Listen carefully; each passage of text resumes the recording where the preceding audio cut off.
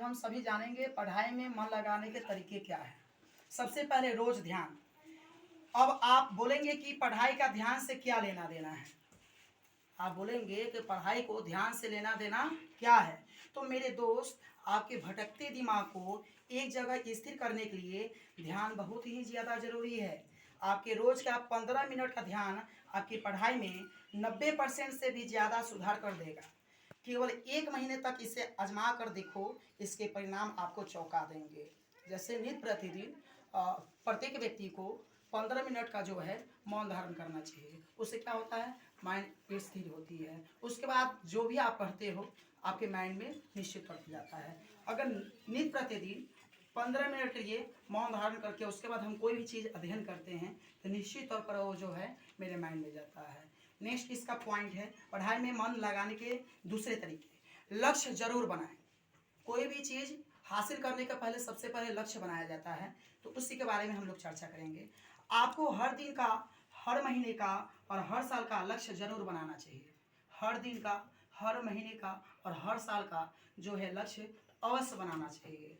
हर दिन के लक्ष्य पूरा होने से आप में पढ़ने का जुनून आएगा। हर दिन के लक्ष्य को पाने पर आप साल भर के लक्ष्य को भी आराम से पा लेंगे। आपका लक्ष्य डायरी में और पढ़ते टाइम सामने दीवार पर चिपका होना चाहिए। पढ़ाई में मन लगाने के तीसरा नियम, टाइम टेबल बनाकर ही पढ़ें। जैसे मुझे पढ़ना है तो जो जिस समय मन करे वो विषय नहीं पढ़ना चाहिए। इसके लिए मुझे टाइम टेबल बनाना उचित है। तो वही पढ़ाई में मन लगाने के तीसरे नियम को हम लोग जानेंगे। समय आपका है तो आपके अनुसार ही चलना चाहिए। समय आपका है तो आपके अनुसार ही चलना चाहिए।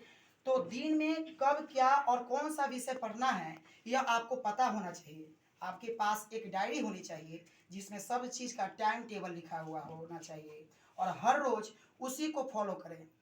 इसका फायदा यह होगा कि आप अच्छे से समय की मैनेज कर पाएंगे और सभी विषयों को बराबर समय दे पाएंगे।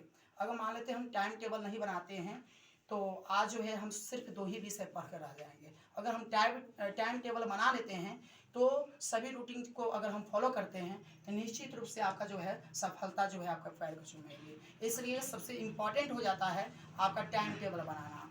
तो ये तीसरा नियम था। नेक्स्ट जो है पढ़ाई में मन लगाने के चौथे नियम, छोटे छोटे ब्रेक लें।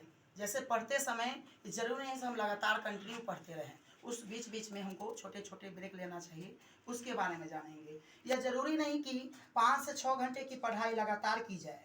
आप हर 1-2 घंटे में 5 से 10 मिनट का ब्रेक जरूर लें। जब भी पढ़ने के शुरू करें तो हर 1 से 2 घंटे में 5 से 10 मिनट का ब्रेक जरूर लें। इस दौरान थोड़ा टहल ले या थोड़ा जम करें। इसमें आपका मूड फ्रेश रहेगा और इससे आपके पढ़ाई पर ज़्यादा फोकस कर पाओगे। पढ़ाई में मन लगाने के 5वें नियम, फोकस रहे। अब अगला पॉइंट है फोकस रहे। फोकस होकर की गई 1 घंटे की पढ़ाई 5 घंटे की नॉर्मल पढ़ाई के बराबर होती है।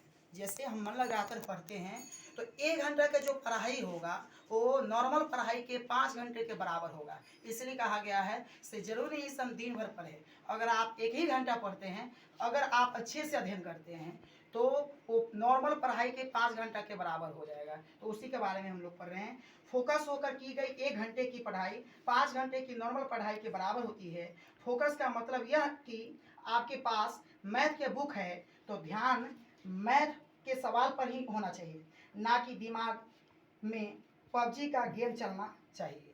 तो पढ़ने के समय एक्स्ट्रा दिमाग नहीं होना चाहिए इधर उधर। जिस समय हम पढ़ रहे हैं उस समय मेरा ध्यान पूर्णतः उसी पर आना चाहिए, तो ही हम कुछ जो है अच्छे से अध्ययन कर सकते हैं।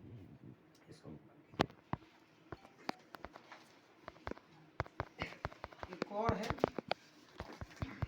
अच्छा